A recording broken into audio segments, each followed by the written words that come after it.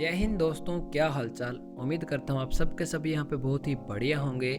आज की इस वीडियो में हम यहाँ पे कंपैरिजन करने वाले हैं वीवो के T3 स्मार्टफोन का पोको के X6 स्मार्टफोन के साथ में। तो भाई सबसे पहले मैं आपको ये बता देता हूँ कि जो हमारा iQOO का G9 स्मार्टफोन है और वीवो का T3 स्मार्टफोन है, दोनों ही स्मार्टफोन बिल्कुल सेम स्मार्टफोन है। iQOO ब्रांड दोस्तों वीवो का एक सब ब्रांड है। यहाँ पे दोनों के दोनों स्मार्टफोन दोस्तों बिल्कुल सेम है। इनके डिज़ाइन को छोड़ के इन दोनों ही स्मार्टफोन में कोई भी बड़ा डिफरेंस नहीं है। तो कंपैरिजन आप यहाँ पे इन दोनों ही स्मार्टफोन का मान के चलना। तो कंपैरिजन हम यहाँ पे स्टार्ट कर लेते हैं दोस्तों सबसे पहले डिस्प्ले के साथ। तो iQOO के स्मार्टफोन में हमें देखने को मिलती है एक 6.67 इंचज़ की full HD plus flat AMOLED display जो कि 5 होल के साथ यहाँ पे आती है। 120 हर्ट्ज का रिफ्रेश रेट दिया गया है। 1800 निट्स की पीक ब्राइटनेस और HDR10+ का सपोर्ट हमें इस डिस्प्ले में देखने को मिल जाएगा। दूसरी ओर पोको के स्मार्टफोन में हमें देखने को मिलती है सेम एक 6.67 इंचज़ की 1.5 का रेजोल्यूशन की फ्लैट एमोलेड डिस्प्ले जो कि सेम पंच होल के साथ यहाँ पे आएगी। 120 हर्ट्ज का रिफ्रेश रेट दिया गया है। बट दोस्तों 1800 निट्स की पीक ब्राइटनेस और HDR10+ का सपोर्ट हमें यहाँ पे देखने को मिल जाएगा। इसके साथ साथ इस डिस्प्ले में मित्रों हमें यहाँ पे कॉर्निंग गोरिल्ला ग्लास विक्टस का प्रोटेक्शन भी दिया गया है।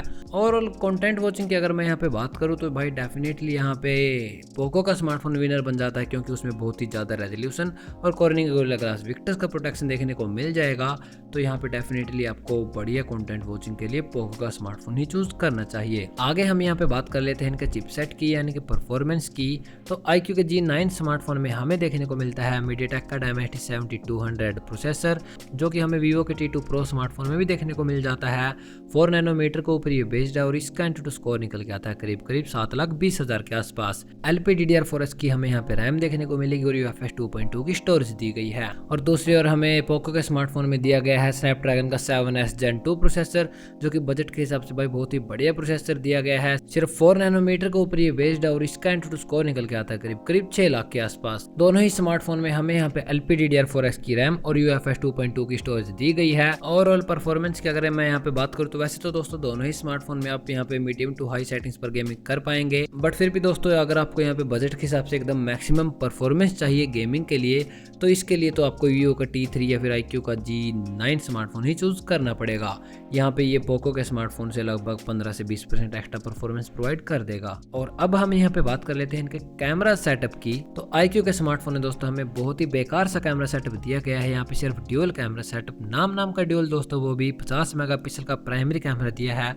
अच्छी वाली फोटोज आप उस कैमरे से क्लिक कर पाएंगे, पर दूसरा कैमरा दोस्तों हमें यहाँ पे सिर्फ 2 मेगापिक्सल का डेप्थ कैमरा दिया है जो कि हमारे बिल्कुल भी काम नहीं आएगा। और दूसरी ओर पोको के स्मार्टफोन में भी हमें ऐसा ही एक सेम ट्रिपल कैमरा सेटअप मिलता है, बट यहाँ पे एक 64 मेगापिक्सल का प्राइमरी कैमरा है, दूसरा कैमरा सेम 8 मेगापिक्सल का, तीसरा 2 मेगापिक्सल का depth camera. Maximum video support की बात करें तो दोस्तों दोनों स्मार्टफोन में हम यहाँ पे 4K वीडियो शूट कर सकते हैं। वीडियो स्टेबलाइजेशन के लिए OIS का सपोर्ट दिया गया है।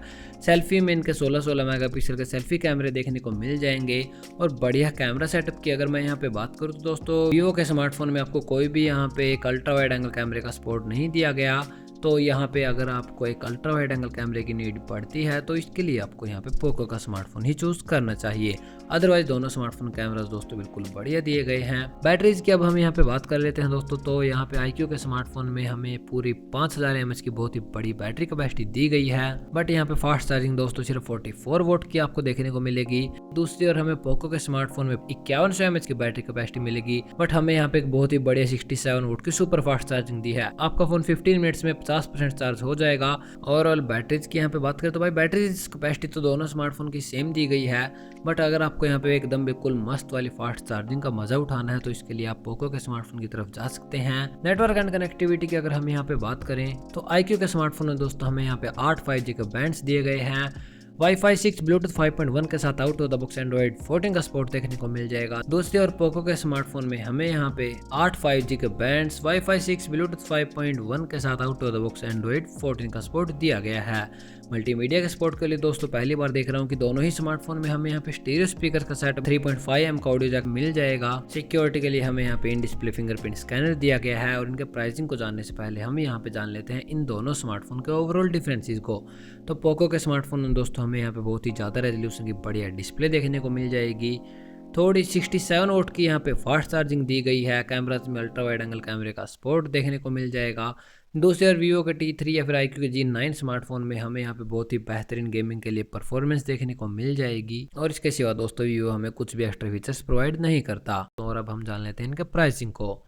तो iQOO के G9 स्मार्टफोन का बेस वेरिएंट यहाँ पे 8GB की रैम और 128GB स्टोरेज के साथ आपको मिल जाएगा पूरे 20,000 रुपए का। दूसरी ओर पोको के स्मार्टफोन का बेस वेरिएंट दोस्तों यहाँ पे 8GB की रैम और 256GB स्टोरेज के साथ आपको मिल जाएगा सिर्फ 21,000 रुपए का।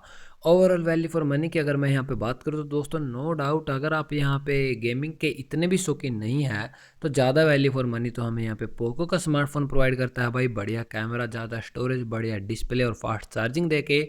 बट अगर आप यहाँ पे दोस्तों वीवो या फिर iQOO के इतने ज़्यादा बड़े फ़ैन हैं और आपको बढ़िया परफॉर्मेंस चाहिए तो आप इसके लिए यहाँ पे वीवो के T3 स्मार्टफोन को भी चूज़ कर सकते हैं। तो यही था दोस्तों मेरे कुछ ऑनेस्ट ओपिनियन इन दोनों स्मार्टफोन के बारे में। मिलते हैं नेक्स्ट वीडियो में। इस वीडियो में इतना ही। Bye bye.